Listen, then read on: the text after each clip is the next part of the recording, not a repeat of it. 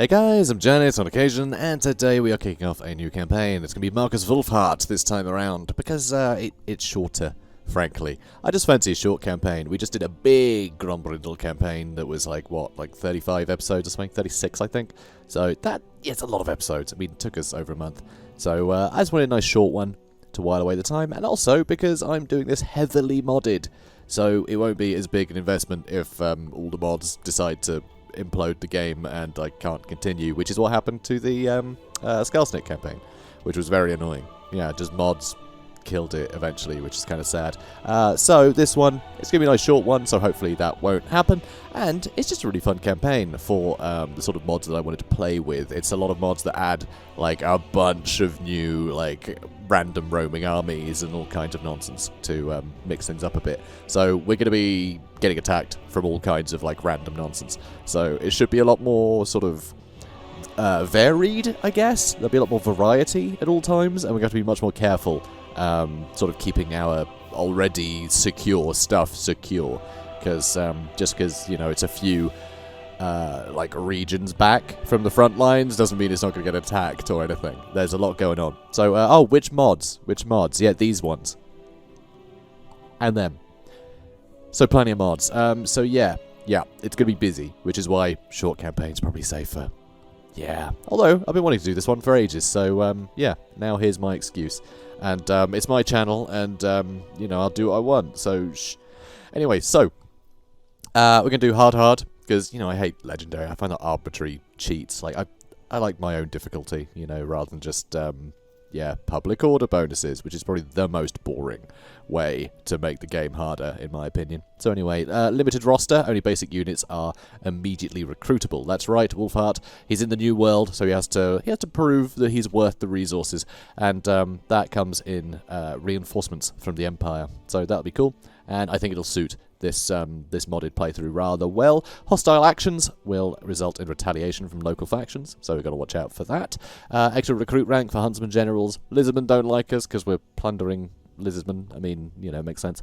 But the Huntmarshal, Markus Wulfhart here, just brilliant ambusher. Brilliant ambusher, and archers and huntsmen, not the best units ever. Huntsmen, you know, the more elite ones, they've got anti-large, but not great. Armor piercing, but that doesn't matter too much with Markus Wulfhart, because he's got so many big buffs for them in his skill tree that, yeah, they just do enough damage that it doesn't really matter.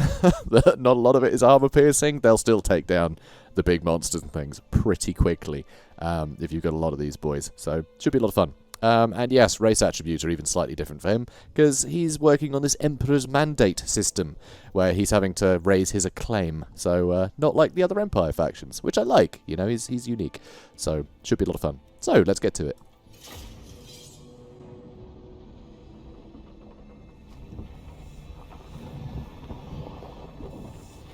The jungle continent of Lustria lies west across the great ocean. The first men to land upon these shores ransacked an ancient temple, filling their ships with golden treasures. Word spread of their wealth, and others were eager to follow.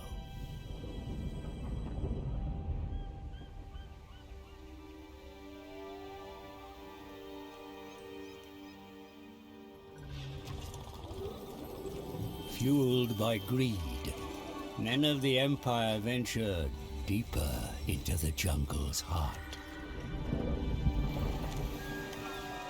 The land of beasts, ravaged and plundered for its riches. It will not be without consequence.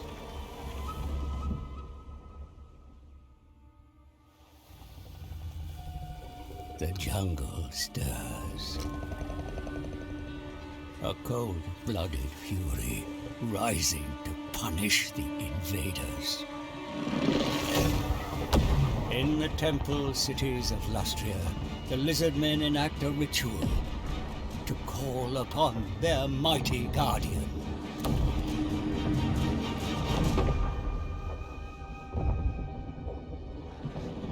For the Wanderer roams Lustria once more. The spirit of the jungle made manifest. A reckoning has come. Only the strongest will survive the coming bloodshed.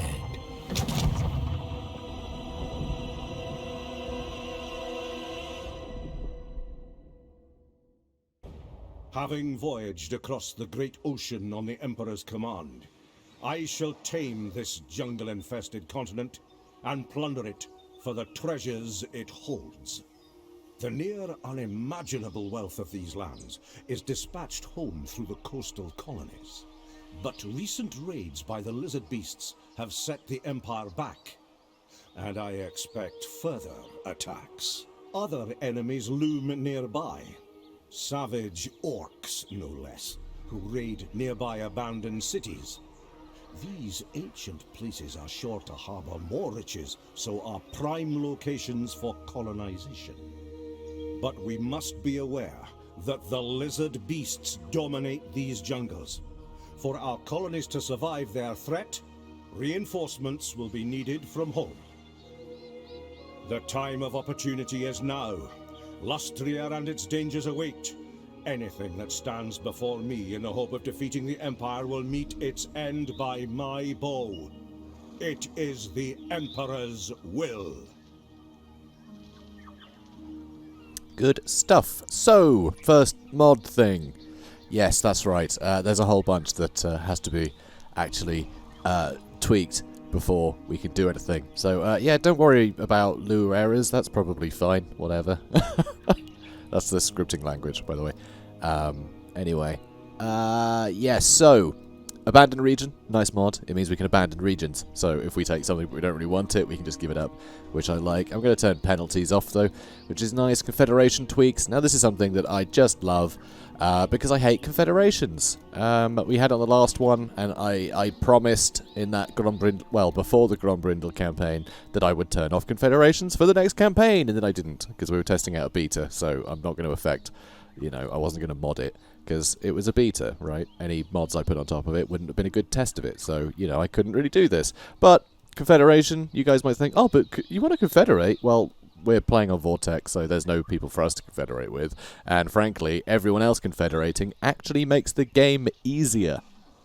That's something that a lot of people don't realise, right? Tomb Kings, if you've got like 10 Tomb Kings factions, that's, far bigger a threat than, like one massive Tomb King faction at war with you. So yeah, if you're at war with some Tomb King factions, it's going to be much better than being at war with one massive one. And it makes it way better. To have them not confederate, then you can have more of a story element to it, which I love. Also over here, we're going to horde scope here. It doesn't really matter. Have them at tier 4, so hordes are going to be a lot more scary because they're going to start on a lot higher tier.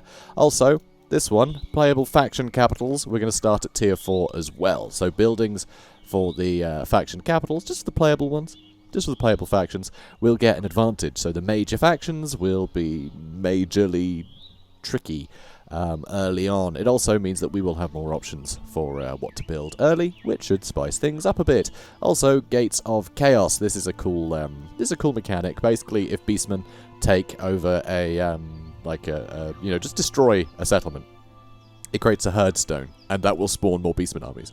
So there's something that needs to sort of be cleaned up.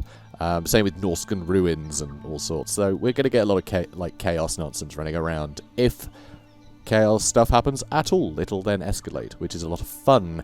So spawn chance and army size will keep as the default. So 10 is 10%, and 14 will be the max size of the army. So it's not going to be full stack after full stack, but it's going to be intimidating. It's going to be something we'll need to deal with as these sort of traipse about and be a nuisance, spreading corruption everywhere. So should be fun. So right then, I'm not going to read all this because it's taken us a while to get into it, thanks to that. Must be removed if our colonies are to flourish. The first blow must be swift and lethal. It is vital we act quickly before these monsters can move against us. Thank you, Marcus. So, first off, Berry Drury here, the halfling chef. He wants us to capture and occupy a settlement belonging to the following faction: Talaxtalan. Yeah, we could do that. We can do that. Chotek's ripe for the taking. First, we'll need to get rid of this. So, Huntmarshal, there are monstrous reptiles inhabiting a settlement close by. Our colonies will struggle and survive while they threaten us. Our removal is crucial. Struggle to survive, rather. That's my halfling voice, I've decided. So, as you can see, we have plenty more building slots. So, it should be interesting. So, one thing I want to do straight away is build a gunsmith, because I want to get some mortars and things early, and handguns as well. It's gonna be fun starting off with some guns. That's literally all of our money gone though. I might have to rethink that. We'll see how much money we get from fighting this guy. But yeah, I think starting off with some artillery and things would be a lot of fun. So this first battle is actually quite tricky. I find with the most recent DLCs, they've made the initial fights more difficult, which I actually really appreciate. Yeah, you've really got to sort of use the new units to the best of their ability, you know, sort of overcome these challenges, and I like that. I like that. It used to be that you could just group that first army and hit, you know, and just give the attack order, they'd all run forward and you'd win, you know? So, it's nice they don't just give you a pass. Okay, so, finally at it, and I got my camera options all wrong. There's always something, guys. There's always something. Alright, let's do it. So, we're going to want these guys up this way. You lot just line up. And, what's the best course of action here? I'm going to put him forwards a bit. I want to see if we can get some damage into, maybe the Bastiladon, actually. I might try and deal with the feral Bastiladon, because he will get through our infantry far too quickly. So, yeah, I don't want that to happen. Although, let's see if he can actually get a shot on the Saurus Old Blood, or is he just going to run forwards? Oh, it looks like he's going to get him. He's got serious line of sight issues because he's on the ground. I find that misses like 10 times out of 10, basically. It's ridiculous. I think that's the first time he's remotely shot over somebody. Dude, come on. Really? Really, dude? Well, at least you hit him then. So yeah, hopefully these guys can get some good damage into that Bastiladon. And these guys, war wagons, of course, do have armor piercing, so they're not bad at dealing with things like this. But yeah, they're not the greatest unit in the world, though, are they? And I actually, yeah, I'm kind of happy with them taking the javelin fire, because yeah, they're armored. They're not going to take too much damage from javelins, so don't have to worry too much. Okay, good. Getting some good damage into there, which I like to see. Okay, you just keep running around and shooting. You're going to have to block there. You guys, let's get the flank, please. And archers, start shooting over there if you would. And good. Good, they've rampaged. That's what I like to see. And no, you get that flank. You get that flank, boy. You guys start shooting them. And yeah, we can just keep, like, running away from them. That's fine. Wow, that's a weird sudden turn. You're not very good at this, are you? And they've stopped. They've stopped running. Okay, that's a bit of a pickle. But hey, check that out. They're doing well against those skinks. Sadly, that Saurus Old Blood's doing quite well too. And they're coming for us now. Which I don't like. Oh no. That won't do. Okay, they don't know what they're doing. Which I'm cool with. Okay, so you hold out just for a second, please. Thank you. And, I mean, this isn't great, but it'll be fine. Don't worry about it. Don't worry about it. Oh, no. Okay, that was bad. Yeah, they terrified, didn't they? Of course they did. Why wouldn't they have terrified? Okay, keep going. Looks like those skinks have almost had it. They can turn around and start shooting now. Yeah, keep going, boys. Keep going. Okay. Almost taken care of. Come on, boys. Oh, skinks coming back. Oh, go kill those skinks. Okay, this should help. Start running through them. Keep them busy. And there we go. There goes that silly dinosaur. Silly dinosaur. Okay. Good. Good stuff. You guys keep moving until... Yep, until they turn around. Excellent. Yeah, yeah. You keep chasing him down. Thanks. Oh, okay. Okay, they changed their mind. Oh god, they changed their mind. Yeah, you guys are all good. You're all good where you are. Okay, we'll get him eventually. Maybe. Perhaps. Oh, got ready skinks. Wait, come on. There we go, they're broken. That's good news. Now, please start bothering that. We just shot our own guy there. Did you see that? Markus Wulfhart just shot our war wagon. By accident. Ah! Stop doing this. So annoying. Okay, that's also quite annoying. Okay, you guys run back over here. Okay, come on. Get that flank. Need him dead. Okay, that's better. Yeah, we've slowed him up enough. You start running back this way. Looks like those skinks are about to get flanked. Should break nice and quick. These spearmen are doing fantastically, I must say. I'm very surprised. Very impressed. Okay, how's Marcus doing? 11. Oh, 13 kills. Just got another couple there. And hopefully we'll soon be getting army losses, but... well, it's taken a while, huh? Okay, you guys charging that way. Alright, how are things looking over here? Ah, yeah, they've broken. Victory is in our grasp. Yeah, I just have to deal with this little sod. Tell you what. You guys, run the heck away.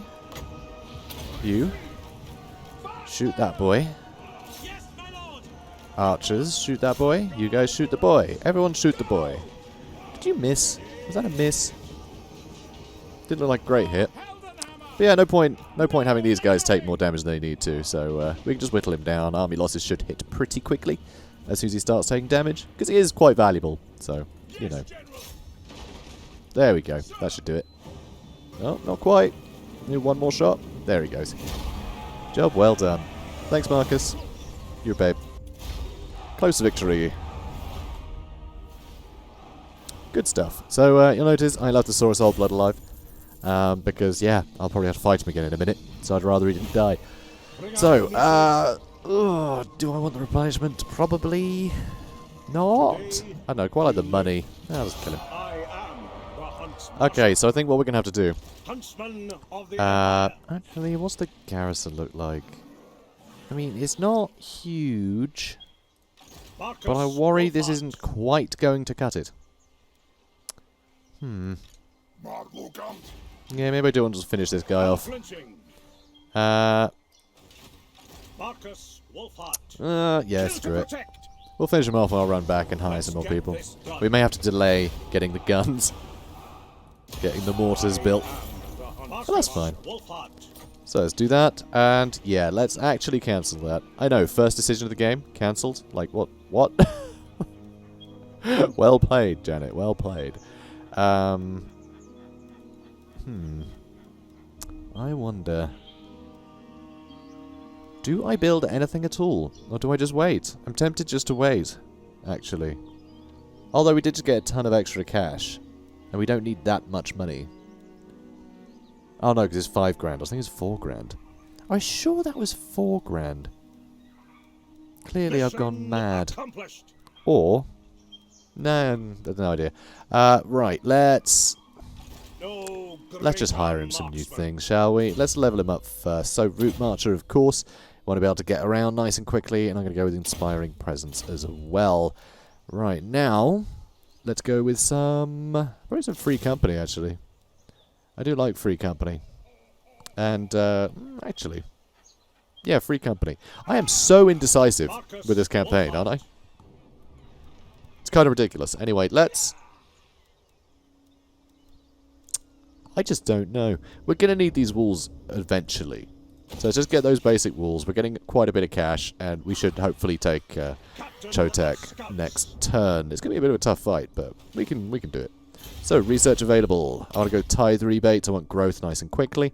And, yeah, there may be extra trade goods, because that's very thematic. That's kind of our job here, is to collect, you know, to basically just pillage the place and take everything of value. So, it makes sense.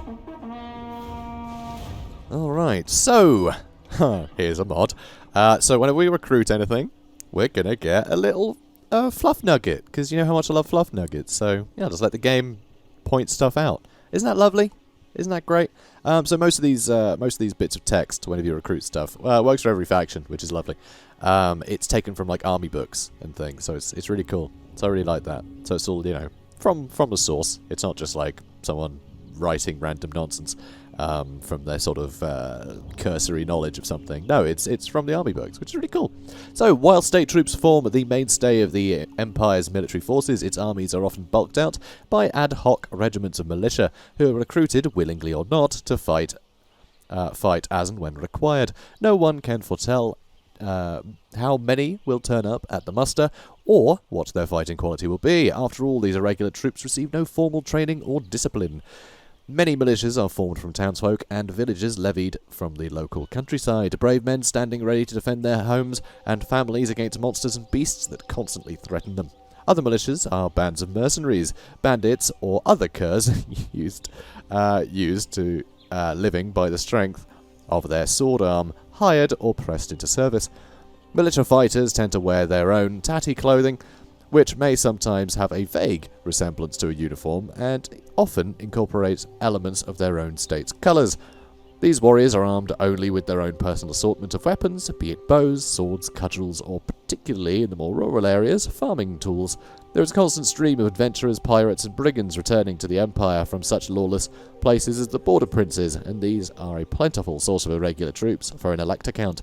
Battles in far-off lands, such as Lustria, have forged these men into hardened warriors, but they are uncouth, disreputable sorts. Yeah, you can't have disreputable people in our army. No, of course not. Liable to cause trouble in taverns when they are not roaming around in dangerous bands. Elect accounts regularly and wisely seek to recruit such bands for two reasons. The first is that they represent a ready source of brave and reckless troops. The other reason is to bring these headstrong fighters under some sort of control and thus prevent brigandage and rebellion. The polite and diplomatic term for such irregular troops is free companies, but the professional, disciplined state troops of the Empire simply refer to them as what they are: scum. Brilliant. So, free companies are paid after the battle from a mixture of the spoils of war and the elect count's own war chest. Some unscrupulous generals are known to throw free company regiments into the thicket fighting, knowing the dead mercenaries do not require payment. Brilliant. Also, commanders of the Empire. I'm not entirely sure why we have this pop up, because, I mean, I don't think we got any commanders, did we? But hey, I'm going to go with it. Anyway, the armies of the Empire are led by warriors who have been trained to direct their forces as effortlessly as a swordsman wields a blade. First and foremost among these great leaders are the elect accounts, inspirational and famous individuals whose mere presence can steady a wavering battle line. The knowledge that their count is personally fighting beside them is enough to embolden the courage of a province's soldiers and strengthen their resolve. In practice, however, it is unfeasible for elect counts to command every force that must be dispatched, for the Empire is a dangerous land, and its territories are forever under attack from savage monsters and marauding armies. Often, command is delegated to a trusted soldier considered to be an honourable leader of men, and this officer will lead the province's forces when the count cannot. Of course, there are always exceptions, and some of the more bellicose counts, such as Valmir von Rorkov of Ostland, have an unhealthy love for the clash of swords and thunder of cannons, thus taking to the field of battle whenever they can. Many of the men appointed by the elect count to lead an army will also be nobles of the Empire, educated in martial pursuits from an early age. Falconry, swordsmanship, and hunting beastmen in the forests. Others have risen through the ranks, having first stood amongst the rank and file with a bloody halberd in their hands. These officers vary greatly in standing, depending on the size of the force they lead, and can be known as captains, marshals, generals, or simply commanders. Regardless of their station, the vast majority will have tried and tested veterans of many years who have a fine understanding of the craft of soldiering, having spent most of their lives fighting in the defence of the Empire. The commanders of the Empire differ greatly in skill and bravery. The elect count of Midland, Boris Todbringer, for example, is a ferocious commander, and though his boldness and skill at arms is beyond doubt, his impetuous battle plans are sometimes costly. On the other hand, there are commanders such as Baron Kurt von Steinberg of Stirland, who has famously never won a single duel in his life, but who possesses one of the shrewdest tactical minds in the Empire. There are also, unfortunately, a small minority of Empire commanders who are little more than fat fops.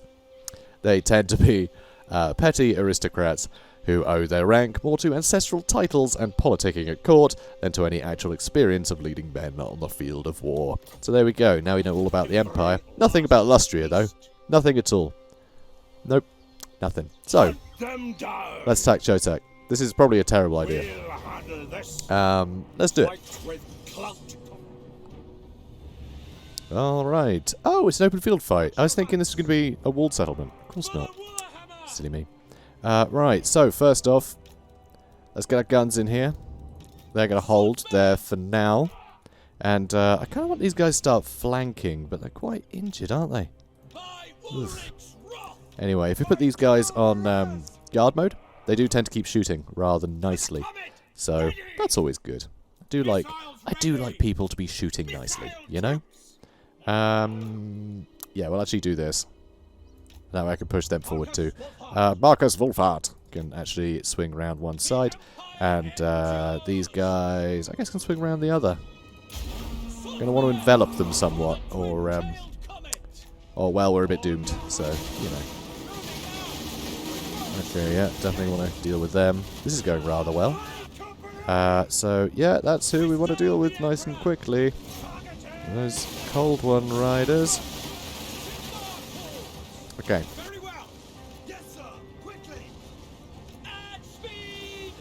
Alright, not enjoying this. He's looking alright though. He's looking alright. Sort of. Okay. I would say bring it down. Just reminds me of start Jurassic Park. The whole shooter bit. It's wild. Okay, good. Okay, you guys are going to have to run, because this is looking a bit iffy here. Yeah, you keep shooting them. If you'd be so kind. Oh my. Yeah, keep shooting them, please. And our archers can keep jogging on. How are you still going? Seriously. Taking an awfully long time. They'll probably die. That's okay. And you guys, I guess, can turn around, deal with them. Presumably.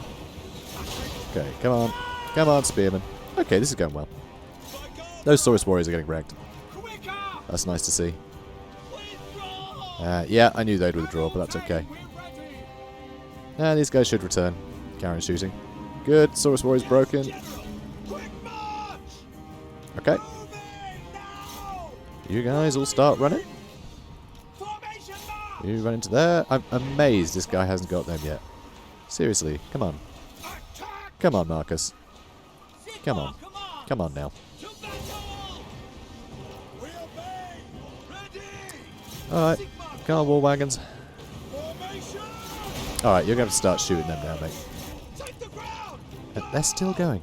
Really, really rather impressed by these Cold One Spear Riders. Genuinely. Yeah, you're going to start running. And you. Okay. Good job, lads. Okay, good. Good, they're breaking. Good. In charge of those Saurus warriors, if you would. You guys start running, I don't want you wiped out, and there's the army losses. Good. Job well done. Very fun. I do like these smaller skirmishes. They're a lot of fun. They're a lot of fun indeed. So, close victory. Okay, good stuff. We did lose those spearmen, sadly. But, you know, it was a good death, probably. You know, miles from home, being eaten by dinosaurs. Yeah, that's how I'd want to go. So, yeah, let's have it. Excellent. So, we did it. We did it. Very dreary. The colonists yearn not just to survive, but to thrive. To give them a solid foundation, this entire territory must be made defensible. In time, the beasts will learn not to cross our borders. Very true. So, control 2 provinces, either through vassals or military allies. Well, we have one, so we're almost there. If we are to build a future here, Wulfhart, we must secure the entire province. That's what he sounds like. He's sounding more like Moss from the It Crowd. But, you know, not completely. But he's definitely sounding more like that. So, hostility increased. Your military activity has heightened the enemy's aggression towards the expedition, increasing the hostility level. Imperial supplies will now be dispatched more often, which is up here. Is up here. When this goes up, if you get it to max, an enemy army will attack us. But, on the plus side, we get reinforcements immediately. So, that's fun. But, yeah, this is what we need to do, basically. Is fill up this. This is our goal. This is our goal. When we get this to max, then, yay. Job well done. So, that's what we're doing. Pretty straightforward. Wulfhart. Hello, Markus Wulfhart. Let's go with... I mean, Pistol Corps puts up archers and huntsmen and things. So, I'll probably just go with that. Although, Emperor's Finest is just better, generally. Early, because, you know, you want your swordsman not to die immediately. So, I mean, it is just better, really. But... I'm gonna go with Pistol Corps. I just really want my my huntsmen to be just upsettingly good, because right now they're not great. They're not great. I want this to be over 40. That's what I'm going for. Missile damage over 40. That's what I want. So now I think it's time we get a couple more swordsmen in there, as well as some more free company. That's right. I want layered units there, although I could just get a bunch of archers for now, which will actually prove beneficial later on. So I will get another one, because we've got another mod on. So, oh, that's because they're huntsmen, my bad. I was like, why isn't the thing showing up? No, these are the archers. Here, we can upgrade them. That's right, there's another mod. You can upgrade units with this, which I just think is amazing. I absolutely love it, especially with, like, free company, because they're not actually, you know, proper soldiers. They can be recruited into sort of any kind of any line. So here, if you're at rank 3, we can turn them to spearmen with shields, or just rank 2, just normal spearmen, or swordsmen at rank 3, or handgunners at rank 4. Isn't that cool? So yeah, these free company, just a bunch of sailors, but we're going to turn them into a proper fighting force at some point. So again, this just feels very lore appropriate. So that's why I thought this would be a good campaign for it. So a lot of fun. Right, Temple of Telenkan. So, don't have enough money for the gunsmith, but we will next turn if we do nothing. So let's do that, because I do want a couple of mortars in this army. Mortars are just so good for attacking settlements. Just unbelievably good.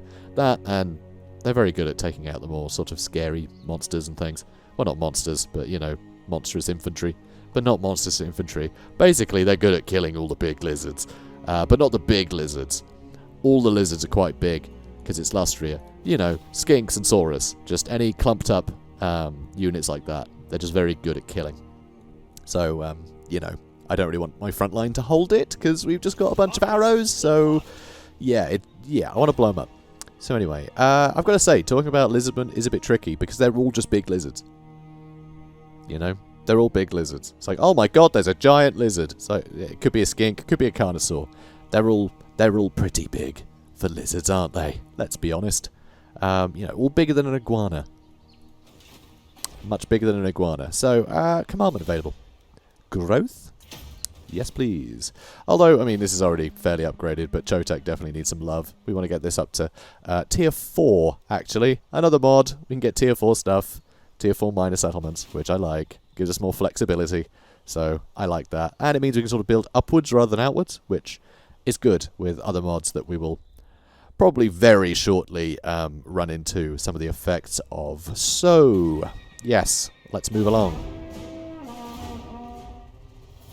Alright, so, wow, really, won't we just destroy the faction, do you? Although it seems like that might be their only remaining city, in fact. So, okay, maybe we could. I'd prefer to have a couple mortars before then. So, let's get that going. And also, what's rather nice is all this extra income. Well, I guess we don't need the income for this. We have reinforcements next turn, which they'll be free, but it means we can sort of skip a turn of recruitment and just get a bunch of units next turn anyway, which would be good. Would be very good, in fact. So, critical blow. Destroy the following faction. Selects to learn. So, Wulfhart, the Lizardmen seem to respect this leader. Removing him and his followers would make a great statement of our intent and resolve. Destroy these monsters. I'll do that. Recruit a unique hunter. So this is a thing what you can do in this campaign, which I was actually hoping to do very shortly. So, Wulfhart, there are potential recruits here that might serve alongside our forces. With a little persuasion, make the effort to seek out these heroes and bring them on side. Another one. Wow, you got a lot of... Very demanding for a chef, mate. Very demanding for a chef. Huntmarshal, your task is clear. Strike a fatal blow to the monsters who dare to tread Imperial lands. Let them know who we're dealing with. So get up to very hostile. Yeah, that shouldn't take long. That shouldn't take long. It'll be fine. So, and now, swordsmen. Swordsmen are expert fencers and blade masters, regarded as dashing, heroic figures. This reputation, while somewhat exaggerated by the bards and poets of the Empire, has its foundation in truth, for swordsmen are amongst the most highly trained and proficient of the state regiments. And archers. Brilliant. Archers are actually, actually, I'm not sure if the most recent models are, but when I used to collect Empire... many years ago. I mean many, like, 20. Damn, I'm old. Anyway, 20 years ago, when I used to collect Empire, archers were actually in the same box as Free Company, because they were all irregulars. And they were all included in the same box. You just attach different arms. So, yeah, lovely. I had a few. Archers have been fielded by the Empire since time immemorial. Archer units are often regular bands of hunters and trappers grouped together to form their own regiments, ready to answer the call of arms at any given moment, where their tracking, scouting, and advanced archery skills will be put to best use. Armed with bows and swords, these warriors are adept at luring their quarry into lethal ambushes, so the full might of the Imperial army can utterly destroy them. Archers are adaptable, often forming loose skirmish screen before falling back behind their army's ranks, when the enemy approaches. I do love these fluff nuggets. It's just, I love it. It's good fun. Whoever made that mod, yeah, kudos, mate, kudos. So, first thing we want to do is be at war with the Vampire Coast Mutineers. Really quick way to recruit someone. So there's 4 heroes that we can recruit. Not the Uber's right 4 or 5, it doesn't matter. No, different ones, but they're great. They're very cool. They're very cool indeed. So, hi there. Job done. So, here he is. Here's Hertwig van Hal. So, yep, we did that. We got 500 quid for it as well. Van Hal joins the expedition. While following a trail through the dense jungle canopy, you stumbled upon a clearing strewn with dead bodies. They looked like seafarers, senior admiralty of some sort perhaps, but stranger still was the fact that each had a stake through the chest and was decapitated. On closer inspection, you realised they were already dead before they met this gruesome fate. In fact, not dead, but undead. Vampires. A few nights later, a mysterious man emerged from the jungle, introducing himself as Hertwig van Hal. His garb indicated he was a witch hunter of the Empire, but he revealed himself to be the healer you have been seeking. Explaining your cause to him, you asked him to join the expedition. He accepted, but on one condition, that you help him with his own mission in Lustria in return. Ooh, fun. Carry out a hero action. A loyal subject of the Empire is ready for orders, Huntmarshal. Make the most of their exceptional talents. Yes, so, there we go. Well done. Oh, and he's a thug now. He's got a thug, rather. Okay, cool. So, that's done. Another 500 quid for us, and we're immediately going to wander off. In fact, where are we going? Move to the Vampire Coast region. So yes, we do want to do this. So that'll be another quest done. Van Hal finds a lead. Hertwig returns to you in good spirits and renewed focus, explaining that he now has a solid lead in his search. The vampire he seeks is one of the infamous Pirate King's closest henchmen, who actively haunts the waters of the Vampire Coast to raise more potential recruits into his master's zombie crews. To find him, some raiding may be necessary. Cool. So, now, obviously the next mission is to raid a territory belonging to the Vampire Coast, but God, look at all this. God, there's so much cool stuff to read. I love it. Yeah, I've not actually done a campaign of this properly. I've always, whenever I've done it, I've avoided reading this because I wanted it to be a nice surprise when I actually played it, you know, on the channel. I wanted to get invested in it rather than just sort of, you know, brush it off as something like, oh yeah, done that. So, you know, but yeah, really cool. So, let's see Hertwig's story. But first, actually, where do we want to go? Northern Spine of Chotek. This one we'll just get while playing and move to Chanu Peck. So, yeah, our Hertwig can do a couple of those missions for us as we go, which is awesome. So, first off, what a god's forsaken place this truly is. It seems that not a day goes by without the news of some horrible tropical disease striking some poor settler down. The most innocuous cut or scratch sustained here can become horribly infected within hours, making every trek into the jungle a highly risky endeavour indeed.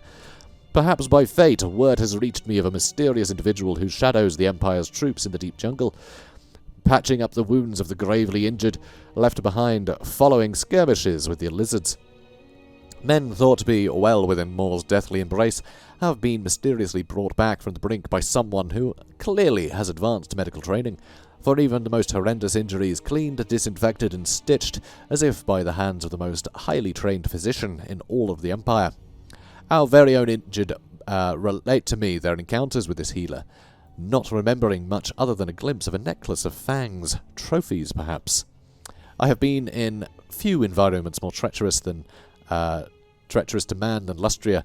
It goes without saying that for us to endure here, we should somehow reach out to this medic and persuade them to join our cause, which of course we did. And Herr Doctor, Hertwig von Harl is an intriguing individual. He bears the surname of a well-known ancient lineage of witch hunters, but for reasons unknown to me, he seems rather ashamed of it.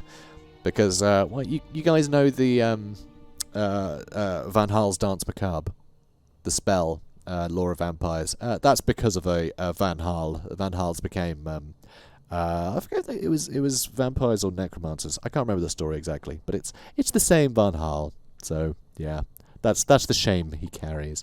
I hope I didn't just spoil something, by the way, or if it, you know, if it comes in later. But anyway, when I brought it up, he responded angrily, claiming his vocation as a witch hunter was not of his choosing. He then quickly changed the subject, revealing that he was a master physician of Altdorf, and insisted I address him as Herr Doctor. It truly beguiles me that why a physician from Altdorf is carrying out witch hunter duties in Lustria. But I am not one to poke about in another man's private affairs. There is certainly much more to Herr Doctor, which perhaps in time he will reveal on his own volition, but right now he has temporarily left camp. Before leaving, he told me he intends to track down some information about one particular vampire he has been searching for, called Alistair the Red. He has given me assurances that I cannot help him with this particular task, that he will return soon. Alright, now finally, Van Harl is self-loather. In getting to know our Doctor better, I've discovered that he is a most conflicted man. He is ruthlessly obsessed with destroying vampires, but is also a skillful healer, with astounding convalescent skills. I felt I had built up enough of a rapport to bring up the subject of his famous lineage once again. I love that we've made this, you know, apparently made this rapport in the space of a turn. Like, we've done 2 missions for him in a turn, so, you know, yeah. Anyway, with a deep sigh, Hertwig explains his intense hate for the Van Harl name, for his ambition was always to preserve life and not to chase destruction. For him, the Van Harls would never be innocent from their progenitors' sins, and he wanted nothing to do with them. A man can try to avoid his destiny as much as he wants, he added, but in the end, it will always find him.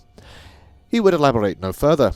The next day, he invoked me to continue helping him with his mission to track down Alistair the Red. He says the best way to draw attention from a vampire pirate is to raid their lands and waters. So, that is what we will do. It is certainly not without a touch of irony that we are probably about to steal from pirates. Very cool. So, yeah, we do get a bunch of, like, effects and things as we go, which is cool. So, ooh, if we get that. Yeah, there's a final battle effect. You get more reinforcements. I forgot about that as a mechanic. So, yeah, getting all these guys' quests done, it will help with the final battle. So I completely forgot about that as a mechanic. But it's very cool. Because there will be a final battle, which is, you know, wild. So Chanu, Peck's down here, right? I believe so. So, yes, our Chotek is there. So that's Chanu, Peck down here, I think. And then we can go to the spine of Chotek and do the other mission. So, yep, I think he's gonna do all right for us. So let's have a look. See, I do kind of want to get some extra cash, so I might build the weaving house here. Although, actually, paved roads could be quite useful. Although I think I might build them in Chotek instead, because it would be nice to speed things up. I believe I do have the mod that makes these provincial rather than just for the local, you know, settlement. It'll actually be the entire region. So it makes them regional rather than provincial, rather. Even though I don't think it says... Yeah, it says in this province. Wait, is province the big one or is the region the big one? I can't even remember. Either way, it makes them the big one. I have a mod to make it the whole place. So you don't have to build these in one of these things. Whichever one it is. Province. Okay, yes. So it is a province, not the region. Yes, because that is a region of the province. I remember now. Okay. So yes, it does say, in fact, the correct thing saying the province. But yes, that's thanks to a mod, I believe. I forget. I've got a billion mods, guys. I've got a billion mods. So anyway, I say that's like 50. So close to a billion, but not quite. We're going to end the turn. Okay. Ooh, Imperial supplies already. Brilliant. So, the expedition may have only just begun, but the Emperor demands progress. To aid you, the Imperial Quartermaster sends word of the reinforcements ready to dispatch to the expedition. The 4 main divisions of the Empire's military each has a package ready. Choose whose shipment you would like to receive. So, do we want to get infantry, which would get us 2 halberdiers, 2 huntsmen, and a greatsword? Cavalry, 3 Empire knights and 2 pistoliers. Or gunnery, a great cannon and outright of grenade launchers. Or Imperial Engineers, which is a war wagon, and a war wagon with a mortar. I think cavalry or infantry. Artillery we're going to have covered anyway with the mortars. Mortars are best in a siege. That's what we want them for. Infantry's brilliant because the halberdiers and the greatswords just gives us immediately enough of a front line to sort of hold things off while our huntsmen do the job. And more huntsmen, which is obviously great.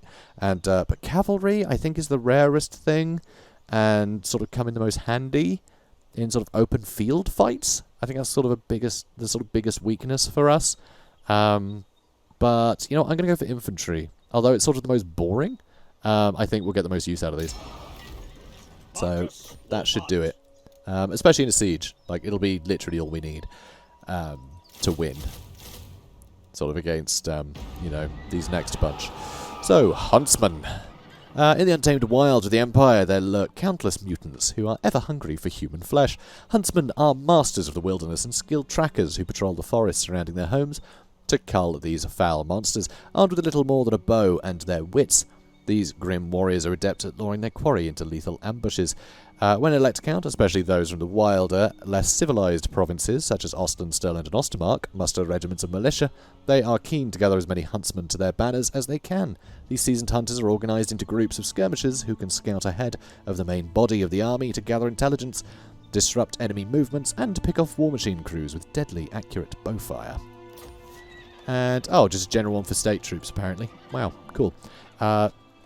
Strange that we're just getting a thing for state troops now, since we got halberds. Although I guess halberds are, yeah, actually it does sort of, halberds are the sort of the main staple force, by the way. They're the sort of staple line in the Empire. Things like the swordsmen, they tend to be detachments. So, in fact, I think this will talk about it. I think this is from, this is possibly from 6th edition, I think. I forget.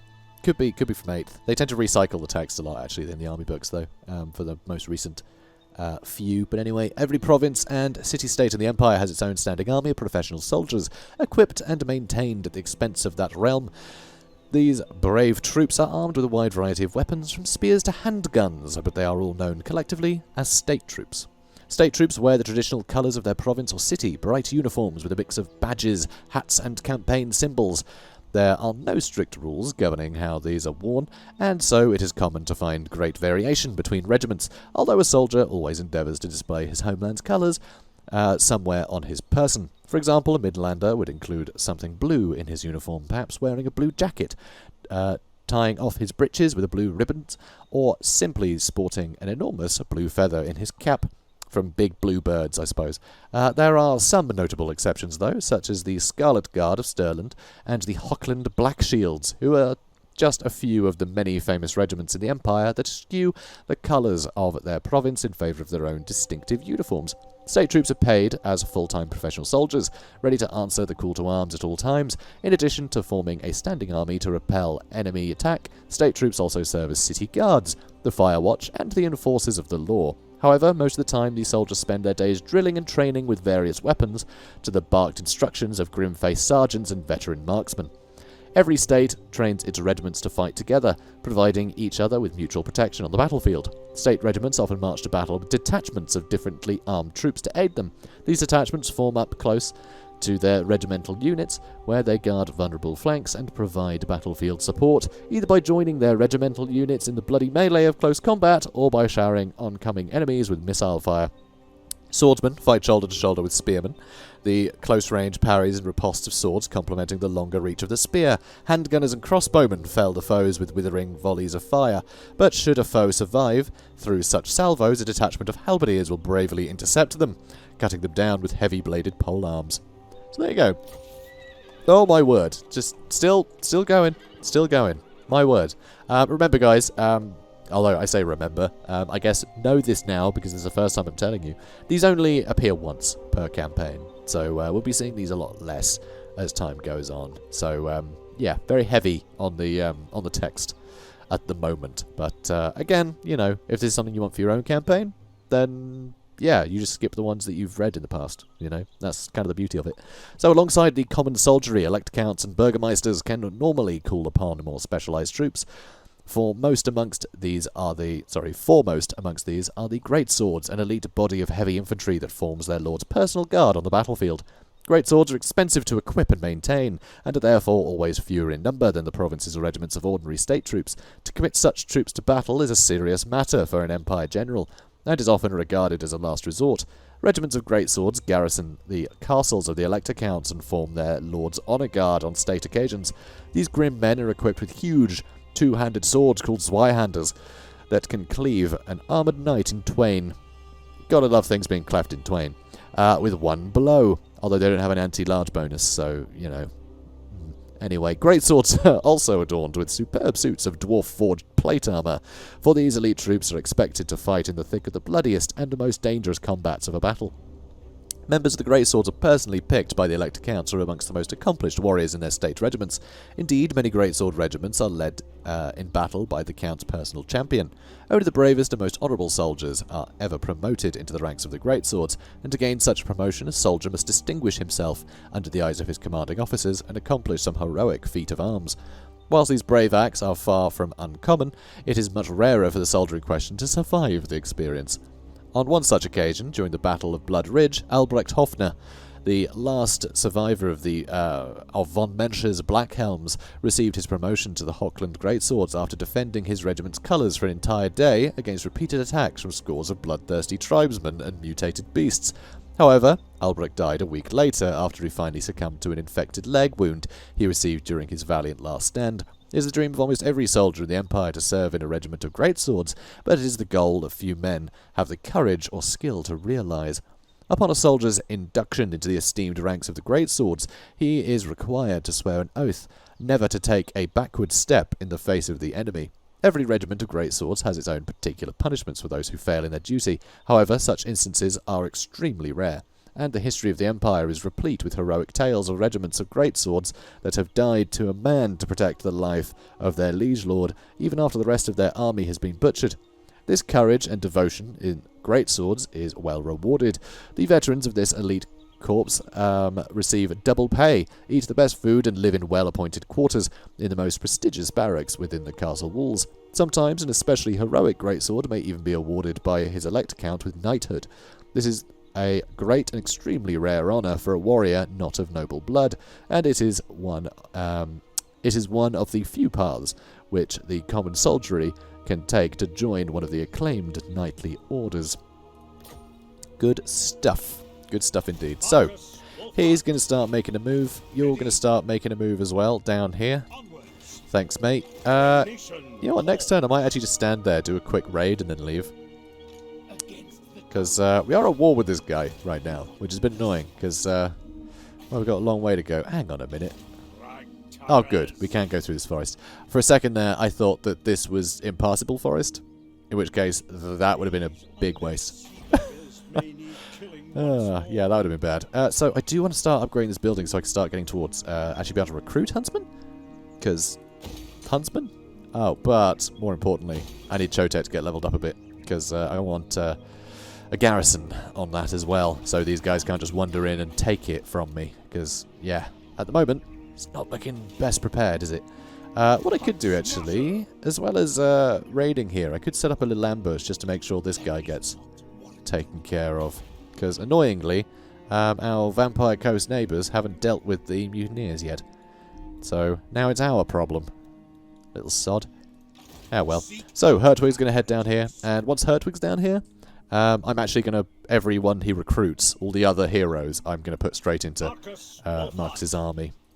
So, that'll top up the army nicely. Alright, so, okay, very dreary. Sure, the necessary precautions have been made. We could push our current engineering and technological limits further through research. Yep, sure. Weird how he's interested in that. He's a strange halfling. He is. So, yeah, he seems to have gone. I think he's off fighting vampire camps. We're good. Vampire Coast, rather. Okay. Yeah, Chanu, Peck. Done. Done. Roderick joins the expedition. Once you'd brought your forces to mist surrounding the temple city of Chanu, it did not take long for the Bretonnian swordsman to arrive at your camp. He revealed himself as being no mere soldier, but in fact a noble by the name of Roderick Longueville, who'd seen his entire retinue slaughtered whilst on an expedition to Lustria. With the massacre of his men, Roderick was now without an army or indeed a purpose. With a vengeful tone in his voice, he told you that he was willing to offer his knowledge of Chanu defences to enable a successful siege by your force, which of course you accepted. Very cool. So we got we now have a paladin, which is pretty cool. Pretty cool. No mere soldier of fortune, Roderick's resilience and swordsmanship make him a valuable asset in any theatre of war. Cool. Very cool. I love his flag as well. The fact that it actually says Huntmarshal on it is bloody lovely. Love that. Anyway, oh, okay. He's also got a thug. Where do people keep getting these thugs? It's very strange. So, yes, you do a quick one of these. I assume that we have to wait a turn. It's not just going to give us the thing straight away. But now we need to go to the Spine of Chotek, which I think is this one. Hard to tell, frankly. It's either there or there. I think it's the top one, though. So I think that will actually cover it. In which case we could probably go there instead. I'll be a little bit further north to get back to Tlaxcalan. So, yeah. Oh, by the way, that is Chanu, Peck, and that is Tlaxcalan. It's the pronunciation guide is in the Lizardmen books. It's very tempting to sort of look up, you know, Incan or Aztec pronunciation or something. Try and work it out that way. Or sort of, you know, gauge it on, I don't know, Portuguese maybe. Whatever the case may be. But, no, there's a pronunciation guide for Lizardmen stuff. So, how based it is in any kind of real world pronunciation, who knows? But it's Warhammer, so I'm going to go with the Warhammer pronunciation. They do make atrocious henchmen. I think that's what he said anyway. Right, that'll do. Moving on. Excellent. So we did that. What have we got next? Colonies are to prosper, we must know more about the dangers that lurk in these lands. Abandoned ruins may contain useful information about past threats that may yet return in the future. Alright then. So, it's a shame that they don't actually have someone voice acting the halfling. Although, I do like that Markus actually chimes in a lot, because usually it would just be the, what do you call him? You know, that narrator guy. You just be the same bloke. But no, the fact that it's actually Markus Wulfhart is doing all the narration. I think is really good because he's very good voice actor. I don't know who it is, but I love the voice of the guy. So an expedition into these ancient ruins may yet yield great treasures. Any artifacts found could fund our endeavours in the new world. Van Haal closes in. You held Van Haal by plundering several of the Vampire Coast smuggling encampments and moored galleons upon the coast, so the expedition quickly gained the attentions of the Pirate King's senior henchman. Alistair the Red still did not reveal himself, however. After interrogating, staking and decapitating several of the vampire admirals sent against the expedition, Hertwig finally obtained the location of his target's hiding place, the Awakening, an old coastal settlement of the dead rumoured to be home to the Pirate King himself. So does that mean we have to take Awakening now?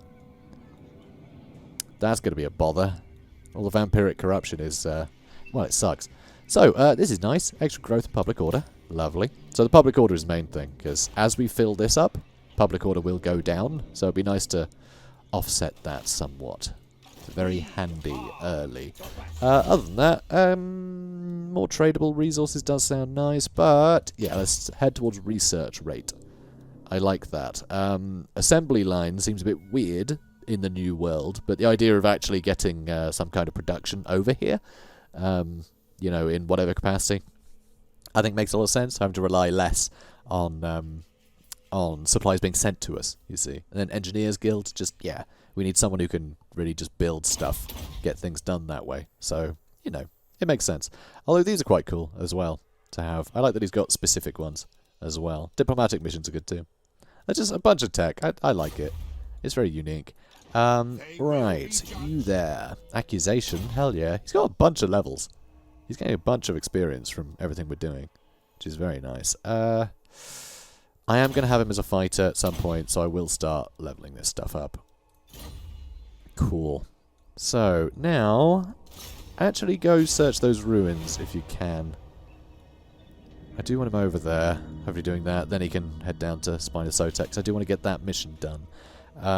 Right. Wulfhart's Hunters. So, should have her soon. I imagine we'll get to very hostile as soon as we take this settlement.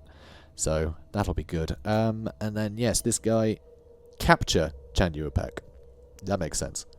Yeah, that tracks. Oh, yes, so we haven't read about Roderick yet. Also, you guys might be thinking, the episode's usually over by now. No, I'm doing a longer episode. I'm doing 2 hours for the first one. I realised I always do 2 episodes, an hour apiece, with cinematics in, as like the first couple episodes. I'm just going to do 1 episode that's 2 hours long. I can premiere it. I'm chatting with you guys right now in the chat. And then, yeah, it'll be 2 hours long. And, yeah, I just think that's a better format. I don't know why I didn't do this before. And so, cinematics in this episode, and then later on, no, because I would never have time to do anything if I was putting cinematics and everything. You'd be amazed how much longer it takes. I just wouldn't fit the schedule. I'd never manage to maintain a schedule that way. So, you know, it is what it is. Quest battles, though, come back for them. You know, any important battle, I'll do cinematics in, but just not all of them. Apart from in the first episode. Although usually first 2. The first 2 hours of a campaign, let's call it that. So anyway, it caught my attention recently to hear of a swordsman who had become armyless after miraculously escaping a slaughter at the hands of lizard beasts. A possible recruit? If my memory serves me correctly, he had arrived months earlier on a galleon that was flying a flag of a Bretonian dukedom unknown to me. You don't know Longueuil, really? I mean, there's not that many dukedoms. Alright, never mind. Though I know little of the land of chivalry, clearly. He had disembarked with a group of men who looked vaguely knightly in appearance, but it was unclear whether they were individuals of any important political status. Their retinue was quite poorly equipped, as were they themselves. After buying what additional weapons and supplies they could from the colonists, they full-heartedly headed straight into the jungle. Whether out of prudence or curiosity, I had them followed and watched. Unsurprisingly, word eventually returned that the Bretonians were ill-prepared for their foray, losing half their retinue to disease and attacks before stumbling into the mists surrounding the ancient temple city of Chanu Peck. Thinking it was uninhabited, they attempted to plunder the city, but instead suffered a catastrophic slaughter at the hands of the Lizardmen in a painfully predictable ambush. The one survivor, this swordsman, had somehow fought himself out of the trap, and was still out there. Well, not anymore. Roderick's vengeance. I can't say vengeance without saying vengeance. like a dwarf. It's, you know, it's what you got to do. You got to do it. So the Bretonian noble Roderick Longueville appears to be a man of great physical strength and fortitude. He must be, for he has witnessed many terrible things while on his doomed journey. He has told me stories of men being swallowed up by monstrous things lurking in the waist-deep bogs they waded through on the trek, only to be spat out again in a spray of bloody gore. And then, on the slaughter of Chanu Peck itself, how he and his men observed the temple city to be totally uninhabited as they entered, getting all the way into the central plaza before being set upon by a swarm of 12-foot-tall reptilian monsters with daggers for teeth. Though he had fought out of his skin to survive and escape, in reality many of his men had fell trying to protect him. Roderick clearly yearns for vengeance, but there is also a downtroddenness to his character which I think goes far deeper than just the recent loss of his men. Maybe it is the reason why he came here in the first place, which he hasn't really talked about. Right now, Chanu Peck is in range for a potentially successful assault, which needs to be capitalized upon without delay. But, you know, first, we'll do other stuff. They will fall. Well, I hope so. Certainly hope so. Let's try and go a little bit faster. Good. And it looks like, I think that's covered, which is good. Huh. Yeah, there's no one there. So if we can get there nice and quickly, you know, one more turn to move and ambush stance, and then one more turn to move, might be enough, you know, without them going, oh no, we need to head back and stop Marcus. It'll be like, oh, nope, don't see anyone here, and they just won't come. Which would be nice. Which would be nice. So, yes, do I want to start making a bit of cash? Ooh, it's tempting. It's very tempting. Though I also kind of want to get a Shrine of Sigmar up here. Or maybe even a tap room, because it would be nice to get some witch hunters. Though I guess we're not really struggling for, you know, additional characters, are we? So, yeah, let's just try and get our income up slightly. And let's head towards Huntsman. Good. Not that we can do it just yet. We need to level this up, I think. Yes, that unlocks the barracks. So, yeah. Where are we? Barracks. So yeah, this we can't get yet. We need to level up our standing. So, let's move on. Evanescent Rift. A microscopic fissure has opened between the material world and the realm of chaos. It is a fleeting event, quite beneath the notice of even the gods, but potent enough to invigorate the winds of magic power reserves. So, more magic reserves. That's great for all of our wizards. What hassle. Anyway, right, hang on. It is 25%, right? I just want to check before I look like an idiot. It is 25%. So between this and 3K sometimes, it's I often jump to conclusions and then realise, oh right, no, that's a different game. So yeah, I like to check. Right, yes, guardhouse. Got to get that garrison, though, you know, garrison is looking a little bit better, but that's still not going to hold off a vampire pirate and a bunch of zombies, is it? So, definitely want to keep that safe. But yeah, look, there's nothing here. There's nothing here. I want to have a look, actually, here. Tlaxcalan, one settlement. That's their final settlement. I really want to know where the rest of them are. Also, New World colonies. I just realised there we go. I hadn't been trading with them. Military access to? Nah. Sadly not. So they're the only people that are remotely keen on us. But that's okay. That's okay. Yeah, maybe we'll meet the High Elves one day. They're probably more likely to want to trade. So, again, I think it's a very quick turn. Let's move on. The Empire shall burn your jungle to the ground, despicable monster. Okay, Nakai the Wanderer wants a peace treaty. The hell's your problem? No, get out of my house. Okay, so Nakai is clearly doing very badly. So hopefully we'll bump into him nice and early and we can beat him up. That'd be good. Oh, Soothsayer. I love that. So yeah, Soothsayer. If any of you guys wondering, Tlaxcalan Soothsayer, the player. That's right, this is named after a player of the game. He's the, what was it, 3-time winner now of the Ever-Chosen tournaments. So, yeah, pretty hilarious. In fact, I've commentated on 2 of his wins, I think, which is cool. So, yeah, Yeah, hell of a player, and I just love that they did that reference, because I don't think in the fluff there is like a specific sort of leader of Talaxtalan, so the fact they just, you know, they've just made one called Soothsayer, and made it look more fitting, I think is wonderful. It's just a beautiful, like, bit of, like, I don't know, like community outreach, I guess. Just like, yeah, we know you guys, you know. Appreciating community. It's just nice. It's a nice touch. So anyway, peace treaty.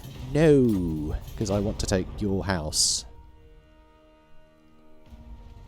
Alright, so a hunter's tale. Interesting. So these events happen every now and then, and there's different triggers for them, which I think is kind of cool. But that same mod that's just like, oh hey, here's, you know, here's a description of something. Certain events actually trigger. It gives you little story elements, which I think is so cool. It's even when you've got like legendary lords battle each other, there will occasionally be a story about those two coming into conflict, which is really cool. It's amazing. I love this mod. Huge amount of work's gone into it, clearly. So yeah, again, kudos to the authors. Absolutely fantastic. So, for too long, had the Lizardmen's savage raids cost the lives of the brave colonists of the Empire, Markus gripped his bow tightly. He would avenge the fallen, starting with this attack on the Lizardmen's. Actually, this might be part of, actually, the quest? I don't know. I'm honestly not sure if this is the mod or if this is actually something that happens. But the mod does do what I described, but I don't know if this is the mod or not, but we'll find out. So, for too long, had the Lizardmen's savage raids cost the lives of the brave colonists of the Empire, Markus gripped his bow tightly. He would avenge the fallen, starting with this attack on the Lizardmen's strongest at Talaxtalan. Markus's thoughts drifted back through time to the Drakvold forests, where his quest for vengeance first began. Markus's blood was boiling. There before him was an enormous bone grinder giant, known by locals as the Drakvold Cyclops, on account of its missing eye. For Arda, for Engel, for all the souls you slew that day. Markus raised his bow, took aim and fired. I don't know why I'm doing like a Markus Wulfhart voice when it's a story about him. It makes him sound very egotistical. But whatever. His arrow struck true, piercing the grotesque beast's last good eye. It clutched its face and bellowed in pain, the noise causing hundreds of birds to alight from the trees. For Jacob, for Aldo, for Ingo. That's what he sounds like, probably. I don't want to shout in my own house. I'll bother the neighbours. Markus rushed at the writhing creature. I'm doing his voice again. Markus rushed at the writhing creature, which was now stumbling blindly into the clearing. Markus narrowly avoided being crushed beneath one of the giant's legs. He hacked at its thick hamstring once, twice, thrice, 3 times a lady, until it finally snapped apart. New cries of pain shook the clearing once more as the giant fell to the earth. Markus, now drenched in the creature's blood, clambered onto its chest. You'll never harm another soul again! He hacked furiously at the giant's thick neck. And can you be quiet, Wulfhart? I'm trying to promote you here, alright? I'm trying to make you look good. He hacked furiously at the giant's thick neck, and he kept on hacking until his arm was numb, and the monster's massive head rolled from its body. The Drakvold Cyclops was dead, but Markus's quest for vengeance had only just begun. Very cool. Also, we just met the Defenders of the Great Plan. What? How did we encounter them? We are nowhere near here. How very unusual, but okay. Be that way. Yeah, keep heading that way, buddy. Oh, no, he's just wandering past us. So, oh, you're right there, guys. Yeah, mate, I'm fine. You do you. So annoyingly, we never did get those mortars, which was the plan quite some time ago, but they don't have a very big garrison here. I probably, with that mod, I should have put all capitals up to rank 4. I think that would have made things a bit more exciting, rather than just some, because I realised there's not actually many player starts nearby. They're going to be high level, so yeah, whatever. It's a silly modded campaign. It doesn't need to be perfect. It just has to be fun. So, yeah, looks like we're fighting this. God, I wish we had mortars. I really do wish we had mortars. But luckily, we do have some archers and some huntsmen, and they can do some really nice damage to these silly boys on the walls. So, I can't wait. Oh, also, we can't attack it yet. Fine. Yeah, you know what? Battering ram? Nah. I just want to get people on the walls. as quickly as possible. So I don't need that many either. Oh, that's going to take 2 turns though. I'm not sure I can be bothered to wait 2 turns. So in fact, we will get a battering ram. Screw it. They will fall. I know, very changeable today, guys. Very Ready changeable. yourselves. But don't worry about it. Right. Yes, let's upgrade this, because we have nothing better to be getting on with. Next turn. Brilliant. A stranger comes.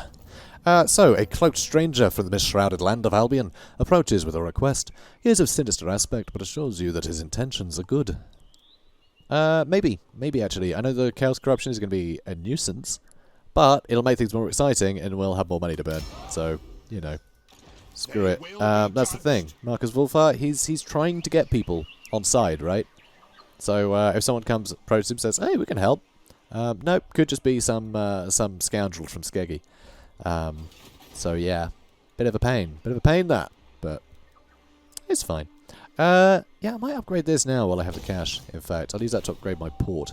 The idea of some stranger coming and promising us help, and then, you know, using it to upgrade our port makes a lot of sense. Also, this island is cool.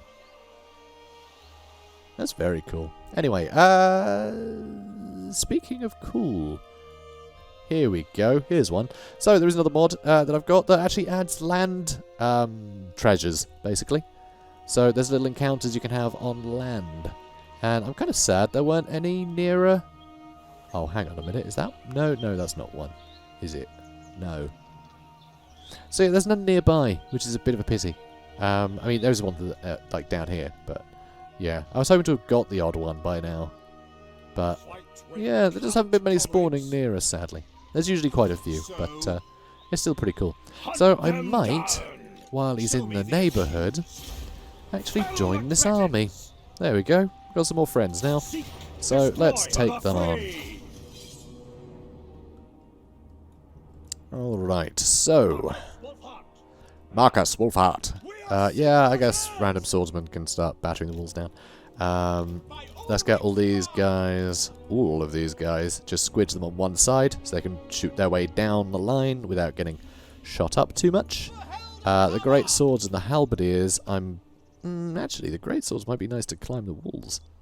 So, tell you what, I'll climb up with them. These lot, I want to climb up this way. And the last of the swordsmen, yeah, we'll probably charge straight up there. In fact, I'm going to do the same with these guys too.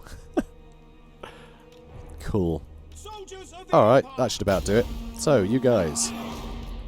You run over there, you smash down the walls, and you guys get on top there, you guys climb up there. And, you're going to climb up there too? Good. You guys just stopped moving, didn't you? Really? Can you go over there? Alright, fine. Go a bit closer then. Cool. You guys loiter. You guys can start moving up. You lot climb up there. Okay, good. God, I forgot they shoot while moving. You know, it's just something that doesn't really matter much when they can only shoot forwards. You know, that's the annoying thing with them. Okay, these archers can't reach. Cool. Silly. So yeah, I'll start whittling these guys down. Might be worth going for these Saurus Warriors shields. We'll be shooting them in the back essentially from here. So that should group these and put them in guard formation so they don't wander off. And yep, climbing up here. It's only skinks, so I don't really mind Markus being in melee with them. And yeah, these guys on the edges, it means I can shoot down into whoever I like. There is a red-crested skink chief here, so would like to deal with him from above. That'd be fun. Paladin of Bretonia is moving up there. So there are some sort of spears here, but that anti-large obviously is going to help deal with Markus all that much, so it's all fine, really. And we're about to bring help anyway. So you guys all head up.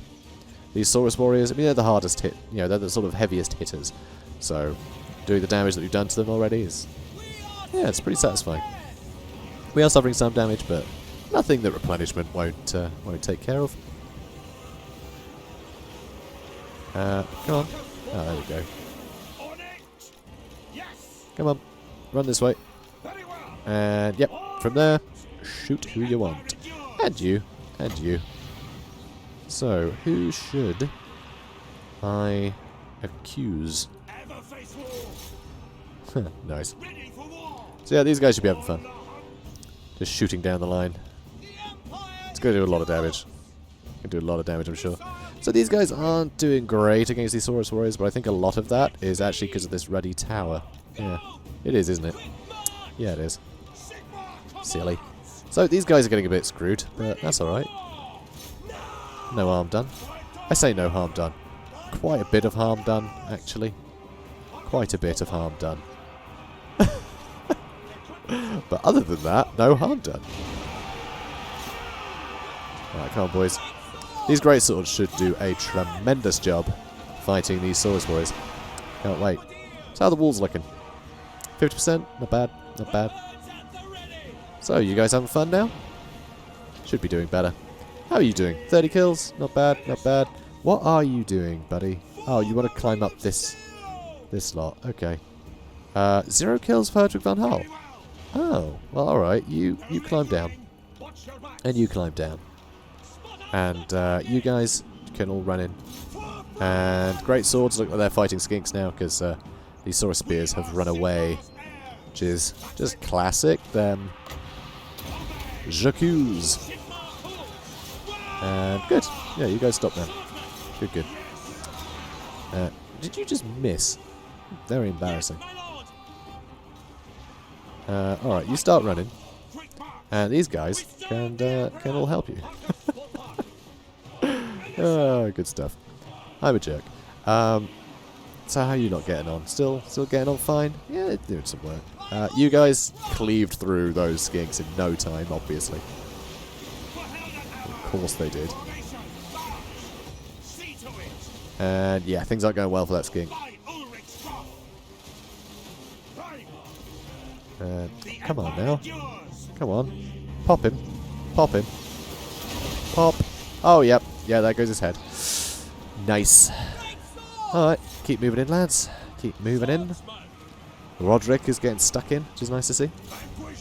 And yeah, now these guys are getting melted. Beautiful. And yeah, you guys, come help. Come help, it'll be fun. It'll be fun. Oh, you guys should come in too. You took some damage from towers, didn't you? Oh well. It's all good. Paladin of Bretonia. Really, all of you? Alright. Well, Sigmar got around, didn't he? Yeah, go kill those Saurus Warriors, please. Markus Wulfhart. And yeah, that was a pretty good hit. His amber bow, it packs a wallop. It really does. You're trying to deal with the Saurus Warriors now, are you? 78 kills for the great swords. Yeah, it's nice to see. Anyone have a lot of kills? No, not really. Oh, actually, yeah, 50 each for these two, essentially. Out of ammunition now, though, which is a pity. But it's not so bad. Ah, that's more like it. Marcus, 56 kills. Yeah, he's starting to show us why he's the Huntmarshal. And wow, Roderick's taking some damage there, huh? And oh, I'm surprised you're still just loitering there. That's fine. Dude, like, shoot across this way, yeah? You lunatic. 111 kills for the greatswords. Oh, they're just cleaning up. Love to see it. Love to see it. So it's only a matter of time before we win. And, yeah, get this beautiful new bit of real estate. It's nice. Comes with its own temple, back garden. It's just very nice. Although, the sun seems to be shining very strangely on it. Okay, it seems to have calmed down. Nope, it's gone weird again. Okay, that's very strange. Alright, weird lighting. We'll fix this. We'll just put in, like, decking or something. We'll put in decking. And, yeah, I like the way they've knocked this through to make it, like, open plan. It's nice. Right, let's end the battle. Job well done. So, yeah, we barely lost any men there. We didn't really need the mortars. It would have been a lot quicker if we had mortars already, but, you know. This is mine now. These are dark Ooh. times. Potion of healing. That's very handy. I'm going to give it to this guy, though. Because this is going to be the lunatic that I'm going to send to go fight everything. Basically. He's a junglist. Fancy. I spent most of his time living in the jungle, and this feels like home. Didn't he just turn up? Didn't he, like, just turn up, get supplies, and then everyone got murdered? That's bizarre, but fine. Fine. Double experience gain for units when fighting under Lizardmen, always in the army. I didn't realise that. That's wild. Love that. But anyway, he's going to be the lunatic that's going to run into the front line, wailing on everybody and attracting a lot of fuss while we shoot the snot out of it, out of the clump of enemies that try and fell him. So he's going to be our decoy. So I want him to have that. And ooh, okay. Hostility went up. So your military activity has heightened the enemy's aggression towards the expedition. This is a good sign. Increasing the hostility level. Imperial supplies should now be dispatched more often. And oh, now that's a different mission. Fine. So, yep. Okay, that's good. Wulfhart, the Lizardmen seem to respect this leader. Well, yep. He's dead. Tlaxcalan, destroyed. There we go. This is what I was expecting. Kalara. Here she is, hiding in a pillar. Classic Kalara. Classic Kalara hiding in a pillar. She's always doing that. She's always doing that. Anyway, so your activities in Lustria gained more than just the attention of angry locals. One day, as the expedition marched through the jungle following another successful offensive, you were suddenly threatened by a hooded figure standing in the trees above the jungle trail. After you introduce yourselves, the Huntmarshal, the Emperor's chief scout, she descended and revealed herself to be a former waystalker of Attrition, a wood elf huntress named Kalara. Around her neck hung a Bastillodon tooth, and it was clear from her appearance that she was a weathered warrior of the jungle. Kalara asked you that you might help her track one particular beast she had been pursuing in Lustria.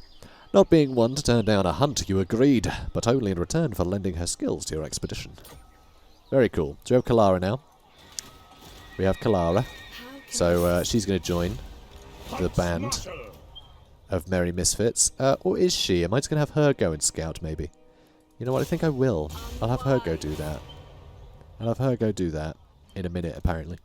And, because I think I do want my lunatic boy in the team now. And he's run around enough. I want him to actually see some action. So, Pistol Corpse. Good. So, how high are we now? Where's the damage? 23? 23. You know, so I want it over 40. We'll be getting there. We'll be getting there, alright. Training. And for you, elusive. Good. Good. Right, here, though, this is a bit of a bother, isn't it? Temple of Kara and Tlaxcalan. So it means we're going to have to... We're going to have to fight the Blue Vipers, which means another war. Luckily, though, they don't seem to have much territory, so this could actually work out quite well. There's a lot of ruins here, and I don't know if it's actually ruins or not. It could be ruins, could be Skaven. That's always the worry. But, yeah, I mean, Wulfhart can deal with this, I'm sure. Probably. Maybe. We'll find out. So, first off, I think we need to go fields, even though it's a bit boring and crappy. Initially, but I need to get this built up because it's tier 1. It's disgusting. It's rubbish. I mean, it's a great city, but right now, terrible, not doing us any good. So let's have a quick look at Kalara, shall we? Huntress of the Fae. So we need to reach rank 5 with her to get Dawn. We'll get a new weapon, which is nice. But yeah, to do the next mission. So. I have met a few of the elusive Fey folk of Attrition, and in my early dealings with Kalara it certainly appears she is typical of her kind. On the rare occasions in the past when my hunting expeditions unwittingly led me into the Wood Elves' realm, I found them to be standoffish and determinedly detached from the outside world, almost aggressively so. Those familiar with the Azrai know better than to trespass upon their hunting grounds, for they are considered to be some of the most lethal hunters in the known world. We are extremely fortunate to have brought a Waystalker into our ranks, regardless of how aloof she may be. Kalara told me that she has been in Lustria for quite some time. The beast she seeks does not prowl these lands alone, though, and bringing it down will take some fight, which is why she requests our assistance. For a Waystalker to admit that a quarry is beyond her talent confirms what an incredibly dangerous monster it must be. I gave her assurances that I would see this hunt through. But for now, we await more information regarding the beast's whereabouts. I realise I'm reading these out of order. My bad. The Ghost in the Jungle. We play fun and games. We got everything you want. mostly ghosts to name. The colonists speak of something strange living in the nearby jungles. They say it is not of the lizards nor the ratmen that infest this continent, but something else, a ghost they call it. Part of me thinks this god's forsaken place drives some men to hallucinations, but today a hunting party returned with a curious tale. They had been tracking a wild bastillodon whose carcass would have provided much sustenance for the colonists, and had trapped the great beast in a bog. They claimed that as they moved in for the kill, it was unexpectedly struck down by an arrow propelled through the thick jungle canopy directly into one of its eyes. Such frightening huntsmanship could only be supernatural. In this flora-covered terrain, it is almost impossible to hit a moving bastillodon's weak points from range, as the men described. Furthermore, they claim that they were then threatened by a mysterious hooded figure in the trees above them, a sorrowful voice of a woman telling them, whosoever approaches my bounty will share its fate. Perhaps this is the ghost the colonists speak of. Whatever it is, to kill a bastillodon in such a way requires a level of precision far exceeding that of any huntsman I've ever met. Yeah, fair enough. Fair enough. Those elves, they're quite good at the old archery, aren't they? Quite good at that. Famously so. Right. That's it for the turn again. Ooh, brilliant. It's our first event. I love this. So, pirates steal plunder. One of the largest and fastest galleons of the Imperial fleet was full of plundered Lustrian treasure and was making its way across the great ocean towards home. During the crossing, however, the ship was attacked, boarded, and taken over by a vampire admiral and his undead pirate crew. The Empire is feeling the loss greatly. Besides the myriad treasures bound for Imperial coffers, the cargo galleon was scheduled to do many more crossings to fulfill its role as the main hauler of Lustrian plunder back to the Empire. You are contacted separately by the electors of Reichland, Midland, and Talabecland, who seek your backing on their chosen course of action. Which suggestion will you support? Cut the military budget, replace the ship, or search for the ship? That's going to put up recruitment cost, but the Reichland will enjoy it. Or we could divert supplies. And Midland would enjoy it. Back in Selector's preferred course of action. Nope. Midland was earmarked for a portion of the ship's haul, as well as future shipments. Its elector wants a military ship assigned to temporarily take its place. Or Reichland was earmarked to receive a portion of the ship's haul. Its elector wants you to give up some of your military budget to cover their losses. Oh, sod off. Search the ship. Talabecland was earmarked for a portion of the ship's haul. They want to aggressively accost enemies to investigate the ship's whereabouts. I actually kind of like that as a thing, but first I think replace the ship, make sure we're just on board. Okay, this is no time for like rash judgment. We don't want to just run around and get ourselves into more trouble, because, you know, we're trying to build a colony up here and try and plunder an alien land. So we gotta take it easy. We gotta be careful. We can't go rushing about here. So let's just get the ship replaced and get back on track. All right. Hopefully this will be better protected. So yeah, we'll try and win over Midland. I think it'd be fun to win over them. Let's give it a go. So, Markus Wulfhart. Do you want to go over here, buddy? I think you do. I bet you do. And yeah, you can leave, so you can go to Tysla. Good. Is it not quicker to just go over the river here? Like, guess not. Are the best.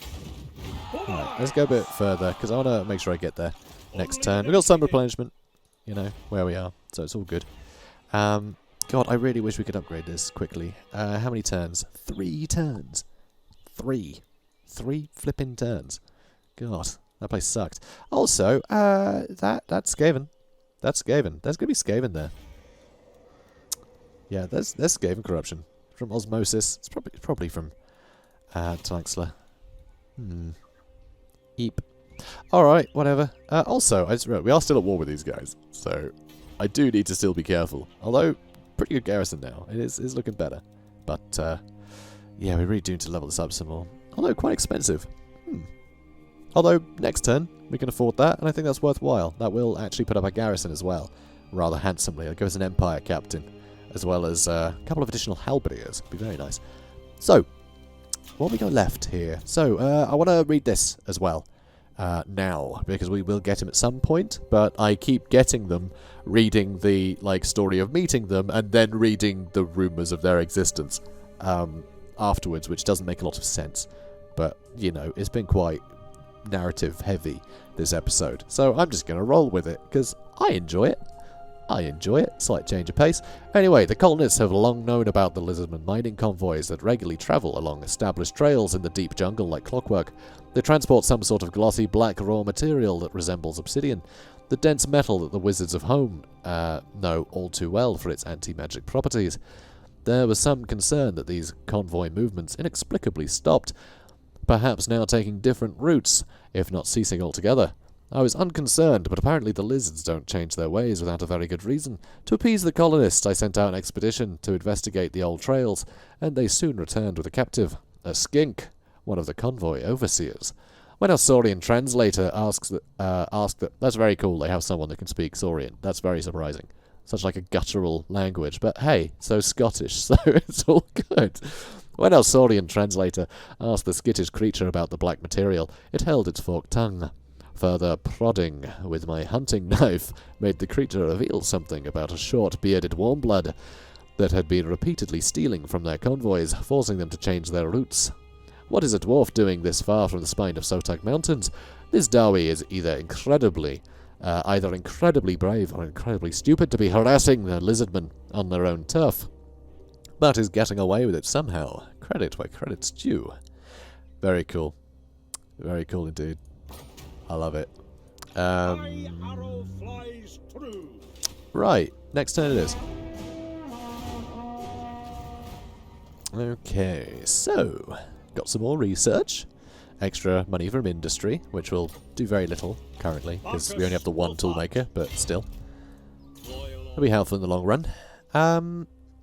Right, Blade Master, please. Thank you. Well, let's see what treasure we find. I love this. I really want to see this actually added, because the thing with treasures is that it adds so much variety. Excuse me, adds so much variety to a campaign, right? Because it's a battle against a random faction that you otherwise wouldn't have, you know, and that just adds some variety. Because that's the thing. Unless you traipse unless you traipse halfway across the world, you're not going to see most of the factions the game has to offer.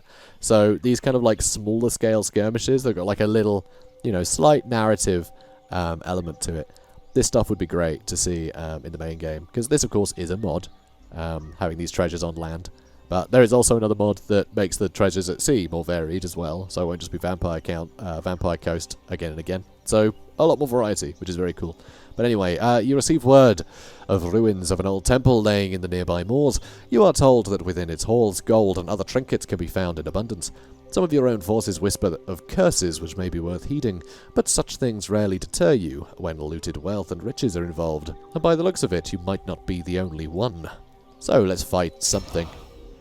What is it? Greenskins. How cool is that? Isn't that great? We aren't fighting greenskins anytime soon. Yeah, we will be fighting a bunch of savage orcs, but not black orcs or anything.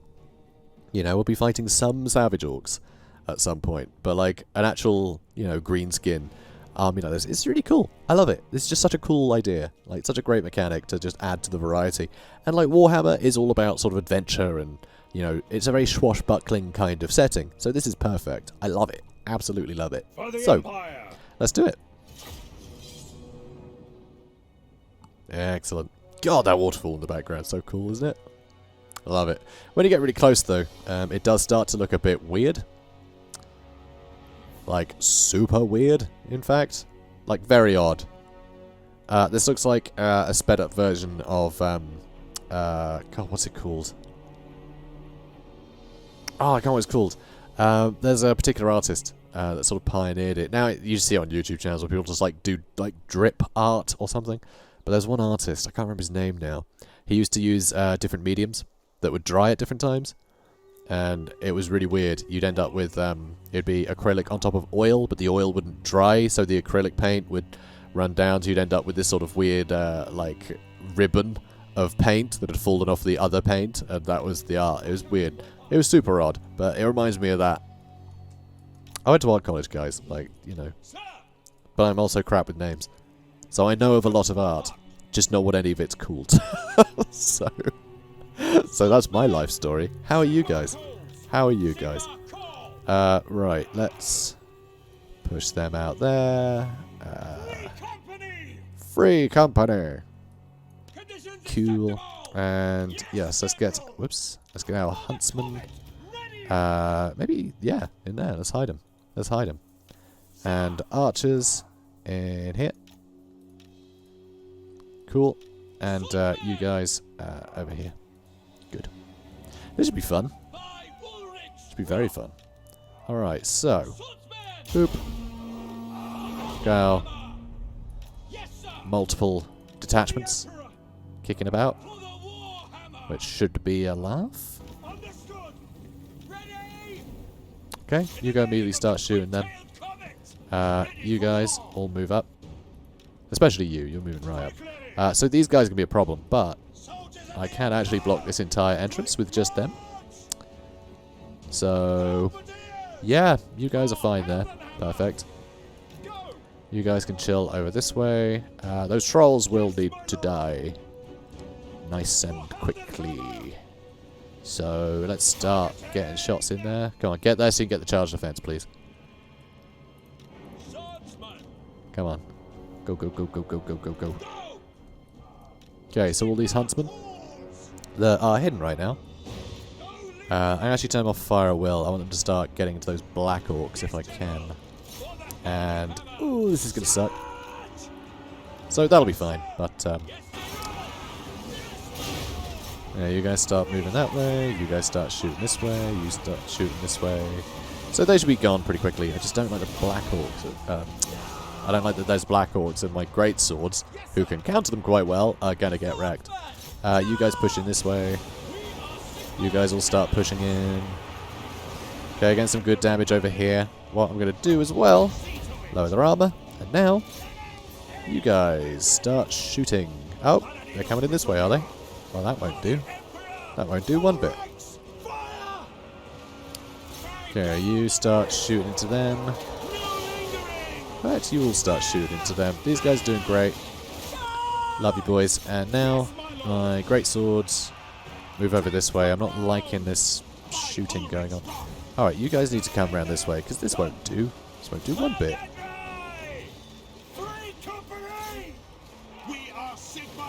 Oops. Okay, good. He's going for him instead. Perfect. Oh, you turn around.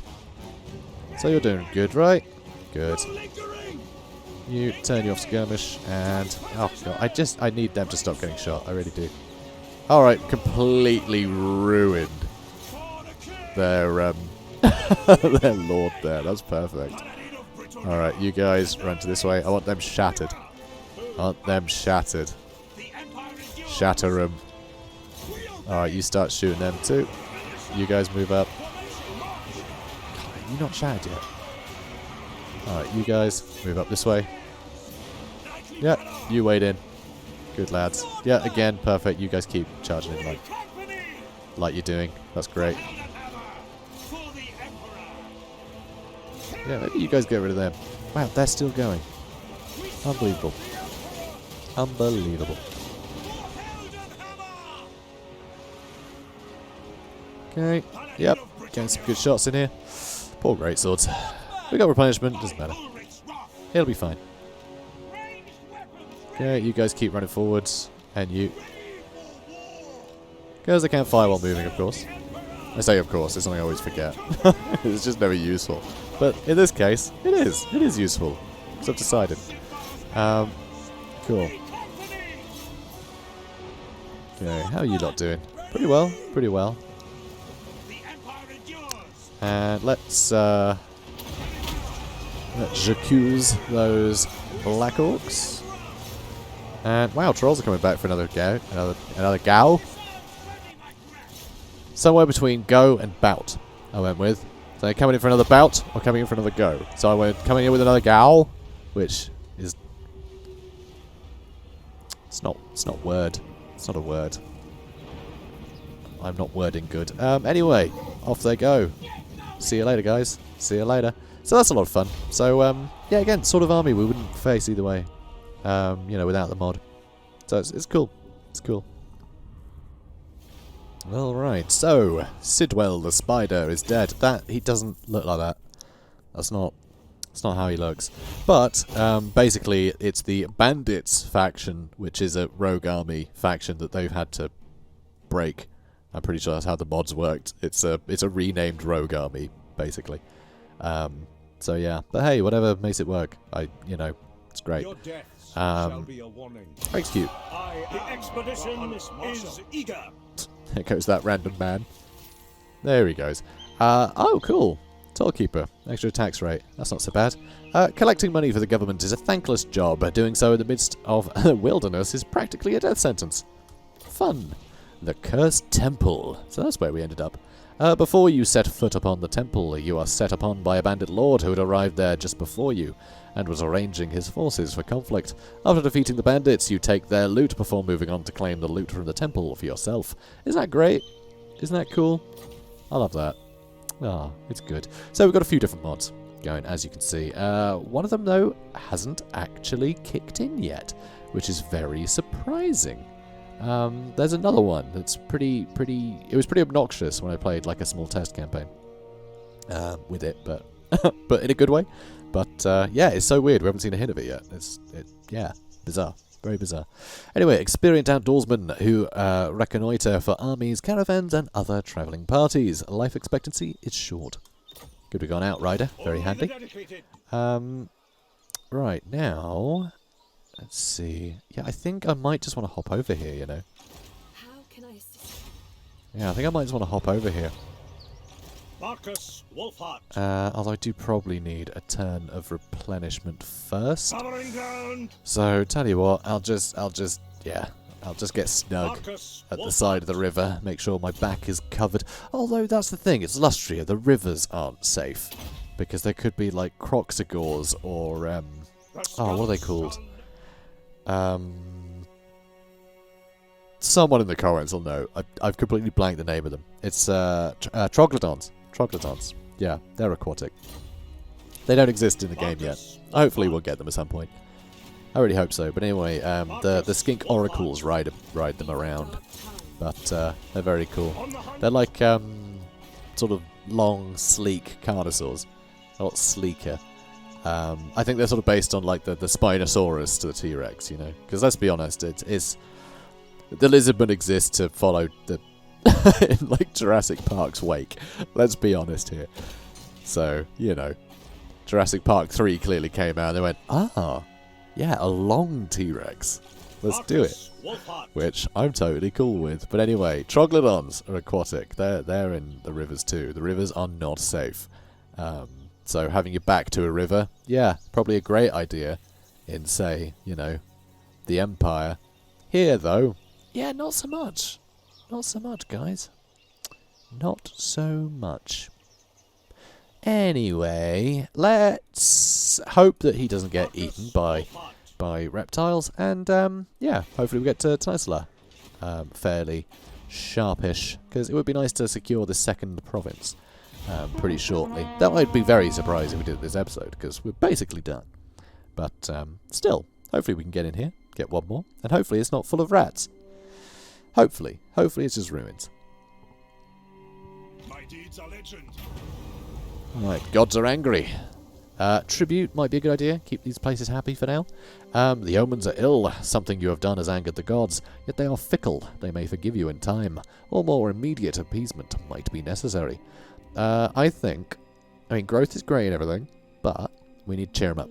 So I think we have to spend the money, cheer up the gods, because we are in very unknown territory right now. We really need, you know, our gods to be taking an interest in what we're doing. Captain of Scouts. Okay, so hard to hit. Hard to hit. I want him to be a survivor. Okay. Okay, so... Proud daughter of Attrition. Oh, okay. So no Skaven. So that's good. That's good. Hopefully we can just have it then, before declaring war on other people. So we don't have to worry about having like a knackered army because it colonized the place. So, throughout the world, the Old Ones left vast troves of power for use by their most trusted servants. To prevent such power falling into the wrong hands, they placed wards and cryptographic locks over them. As millennia have passed, these wards have weakened, but the arcane locks remain. To access the treasure, solve the puzzle. I hate these. I hate these ones. These are most irritating. Although this is probably quite an easy one, because a lot is filled in. So it's not a 4, a 3, or a 1, so it's a 2, and it's not blue, or red, or purple. That makes it quite easy. Yeah, so it's Sudoku, but it's colours as well as numbers. So it's, you know, Sudoku twice or something. But yeah, it's pretty straightforward, this one, because you have to get the question mark, and you can see that there is already a 1 in that line, so it can't be a 1. Happens with the other side too. Can't be a 1, can't be a 3, because that's already taken, can't be a 4, because that's already taken on this side. Right, so it only leaves a 2. But also, there's red, blue, and purple. So, it's a yellow too. The forest has spoken. Yeah, has spoken. So, we did this too. So, got a bit of extra cash. Thanks to Berry Dreary here, our weirdly affluent chef. Very strange. Where's he getting all this money? Anyway, yeah, we did that. And the puzzle succeeded. So, we got another grand and glittering scales, lowering melee attack. Very nice. I think I'll give that to Roderick as well. Hopefully at some point we'll get something like the Helm of Discord, which will be better, but for now that is pretty good. Lowering melee attack for nearby units, it just means he's going to be a lot more survivable in the front line, or if he's fighting alongside anything else, they will be more survivable as well. So it'll certainly help. And Kalara, you can get Arrow of Kernos. Lovely. And you are the worst person to send in over here. Yep, Northern Spina Chotek. It is Northern Spina Chotek, right? Does it specify? Northern Spina Chotek. Good. Good. These are dark times. In fact, I could just go to there. I could just stand there. Perfect. So yeah, it'll be her that discovers the dwarf, which is something that she doesn't really want to be doing, because she's an elf. Elves and dwarfs do not get on well. They really don't. So be quite funny. That'll be a nice comedy moment in the film that is this campaign. When they make a like a cinematic version of this campaign, it'll be a funny moment of her being like, "Oh, a dwarf," and him being like, an elf," and then I don't know. There'll be like a will they, won't they? I don't know. I mean, I haven't finished the screenplay. Taylor's Guild. Brilliant. Alright, move over there, mate. So yeah, these guys are far enough away right now, I think, that I don't have to worry about suddenly being at half health if I do decide to take this next turn. But, I mean, maybe I'll just get completely trounced and this will be the worst thing to ever happen. Markus Wulfhart. You know, in a way, I'm actually kind of tempted just to stand here in ambush stance. But, nah, we're already quite injured. I'll take tonight's slow. I think it would be worth taking. And then I can worry about declaring war on these idiots. And, yeah, I think it might be worth taking over their territory, actually.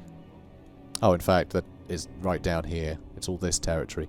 It's actually quite an annoying territory, because it stretches quite far down, which I don't like. I like the regions that are like a blob, so they're easier to defend. Like here, you know, it's a nice little triangle. You know, every spot is in reach of the other, mostly. You know, whereas this one, if I get attacked down here, it's such a trek, you know, from the north to defend the south, that kind of thing. So I don't like that much, but, yeah, maybe we'll take it, maybe we won't. Maybe we'll let them live and we can just fight them off with, you know, constant ambushes. Might be a good way to level up a second army. We'll find out. We'll find out. I'm going to hit end turn one more time, and then we'll probably call the episode a day. What a peace treaty. As the mutinous gets, I don't really... I mean, being at war with them is sort of pointless, frankly. I don't need to be at war with them, but the fact that they want peace makes me think that they're not going to attack me anytime soon, because they're clearly desperate. So... because, yeah, Poxmarsh got destroyed. What are these people doing to destroy Poxmarsh? Like, ugh, Vampire Coast are not that bright. Oh, well, whatever. Ugh. Yeah, I'll make peace with them. Okay, so that's upsetting. Spirit of the Jungle have been wiped out, so Nakai's dead.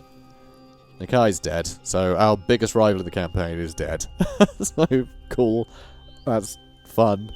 Lovely. Anyway, Spirit of the Jungle have been obliterated. There is nothing left apart from the echoing laughter of thirsting gods and a wild Scotsman. He's not actually Scottish, he's from Midland, but whatever. Near enough. Ready yourselves! Alright, so, this is mine now. Wulfhart!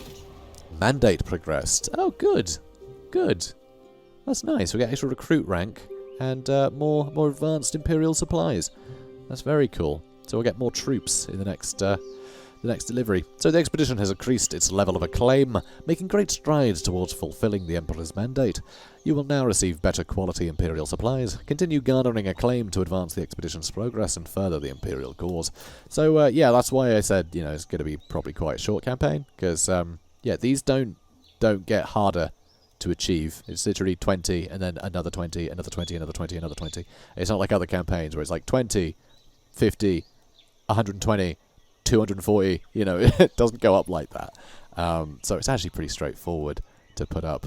So it's quite a quick campaign. So the fact that we only have one army and we've barely started yet, we're already a fifth of the way through it, I think is it's quite telling. So it'll be a nice short campaign, but yeah, a nice way to showcase a few different mods and things that I enjoy. And more treasure over there. Ooh, I want that. Oh, but first, How can I assist you? you can assist me by standing in this tree. Ready to do the guild's bidding. Excellent. It's pretty good for episode 1. Got everyone recruited. So, finally, contact was made with the Spine of Chotek. Pardon me.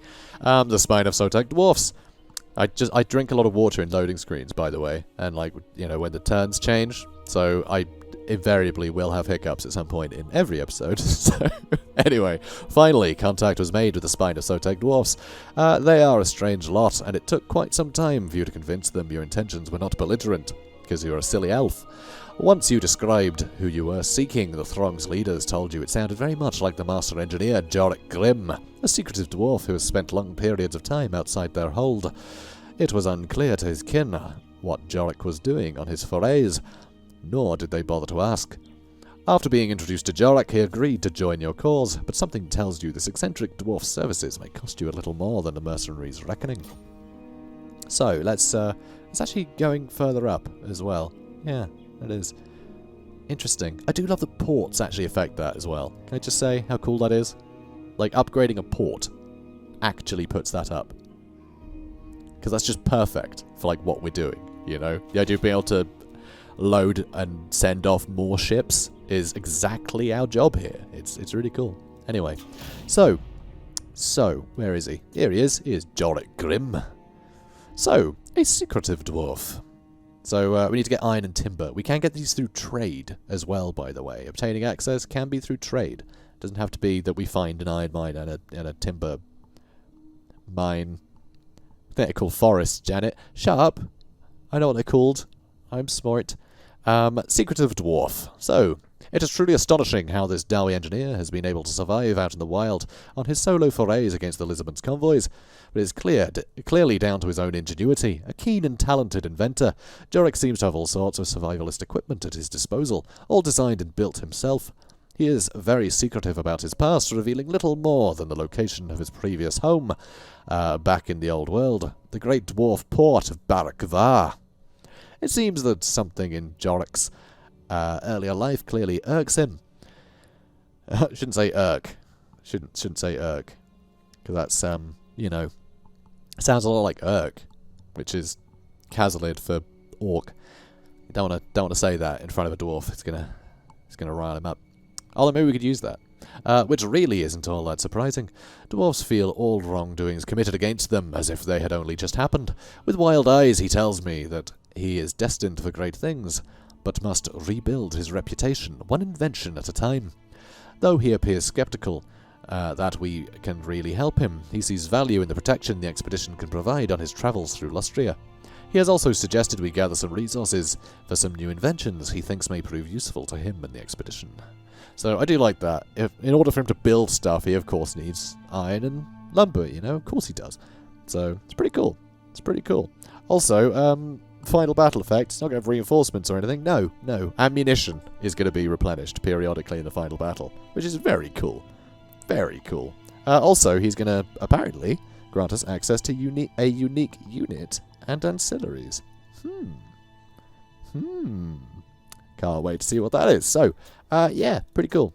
Pretty cool. Oh, also, Shield Breaker. An arrow blessed by both Isha and Kernos can pierce any shield, so should be saved for a worthy target. So, Shield of the Old One's ability will be destroyed in the final battle. And here, Oppressive Fighter, massively reduce enemy lord's damage resistance in the final battle. So, as you can see, they all have a specific bonus for the final battle. So, it should be really fun to see how these guys all get on, you know? Or how we get on with them, I suppose. So, it's pretty exciting. So yeah, Jorek Grimm, brilliant support unit, so we definitely want him in the army. For sure. For sure. He's got some great stuff for buffing missile units, so it's really going to help. It's going to help a lot. Right, so that is where I'm going to call it, guys. This is where I'm going to call it. So, yeah, thanks for watching. Hope you enjoyed it. And, yeah, I hope we all had a lovely chat in the chat. Because I've been here the whole time. And now I'm probably embarrassing me. Shut up, Janet. Just end the episode, you weirdo. Stop trying to be charming. It doesn't work. It doesn't suit you. Anyway, guys, yeah, I hope you enjoyed this. And, yeah, so should be a fairly short campaign, but hopefully a very eventful one. And, yeah, I've been looking forward to doing it. So, brilliant. I'll see you guys in the next one. You know what? No, I've got to address this. So, I hope everyone's okay right now. For people watching this, months down the line, maybe everything worked out fine, everyone's great, and who cares? But we're in the midst of the pandemic at this point, and I really hope everyone's doing fine. I really wish you all the best. I haven't wanted to say it because I wanted to not bring it up because this is a good distraction. But I just want you guys to know that I'm thinking about you, and I hope that everyone is well because it's a troubling time. And, yeah, I wish everyone the best. So, I hope you're all safe. And, yeah, love you guys. So, that'll be it for me. So, comment, like, subscribe, and I'll see you in the next one. Have a good day, guys. Take it easy.